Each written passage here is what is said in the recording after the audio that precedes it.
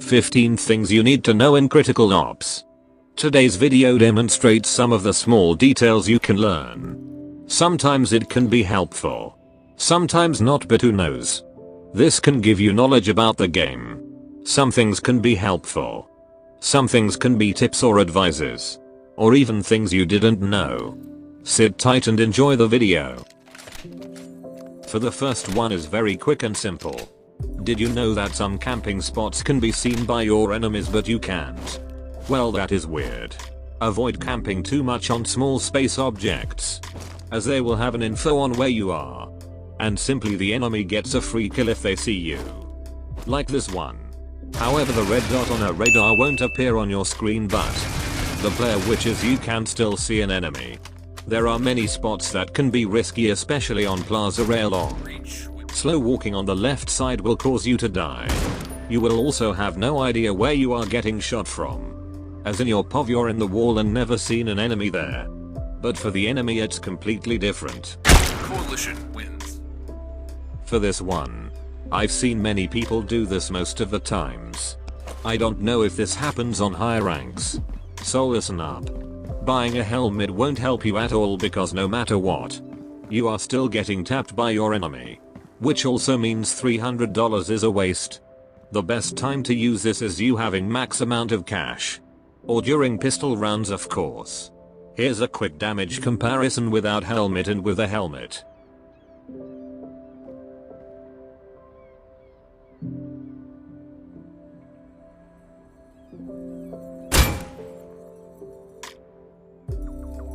As you can see, both of them are above 100 HP no matter what. Avoid this big mistake as it will cost you some money. Let's learn the basics of planting and defusing the bomb. Many people lost rounds because they don't know if they have time or not. If you want to know, then here's you need to know. Bomb plant takes only 3 seconds. I'm planting the bomb. Bomb has been planted. Meanwhile, during the defuse state, it will take 5 seconds. Simple as that. Defusing the bomb. Bomb has been defused. This one is about silencers. Silencers can make your gun very long, especially M14 and M4. Your gun barrel will somehow stick out on a camping spot, so better be careful or else game over. To avoid this situation happening, simply switch out to any weapons that isn't too large. A secondary weapon would be my best bet. Or try using some weapons that aren't large, like an August or Scar H, you name it. Coalition wins. This one will help you learn about saving money. Most people in second round would just go straight up buy everything they want until they are out of money. Don't ever do this alone by yourself, because you are just being overkill here. You also have to keep in mind that whenever you lost that round, you will only gain $1,000. Pretty bad, right?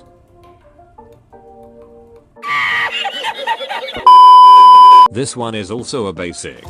You should also know that shotguns give $1,200 and 4 submachine guns gives $800. If you are broke on money, I would recommend either SMG or shotgun. Remember, it's better to have a lot of money for upcoming rounds. This one is the most important thing you need to know. Where is your crosshair placement? And know the model of player. Don't ever aim on the ground because he's not an enemy. Always aim at the middle to prepare yourself on a gunfight. Knowing the model of player gives you an opportunity to where to aim. If you know the crosshair placement of a player that is jumping, crouching, or even standing, then you have a chance to one-tap an enemy. Quick and easy as always. The dumbest thing to do during a gunfight is inspecting a loud animation. That is a free info to your enemies if they are sounding. It's a big trait for a 1 death for you just to inspect an animation you really like. Never do that. Always check out some camping spots that has a little gap. Use that to your advantage to pre-fire or even wall bang an object. But whenever it is your turn, make sure that the camping spot you took is still protected. which can be seen a little gap for the enemy to see you. Or even a wall-banged and a protected camping spot. Great stuff right there. Let's start off with a little sniping session. Did you know that quick switching affects the speed of your ratio? Well, that is possible if you're fast enough. I will show you what I mean. I will do a quick comparison test between the two. Without quick switching and quick switching, you will be able to see the results.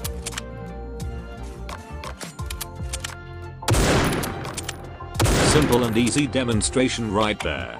As you can see from the difference, it is already a large. Better take advantage of that.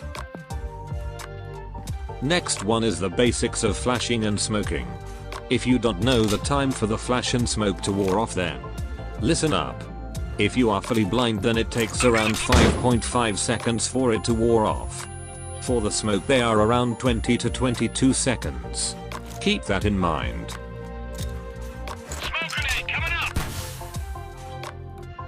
Next up, whenever you are stuck with a sniper, don't go straight at it.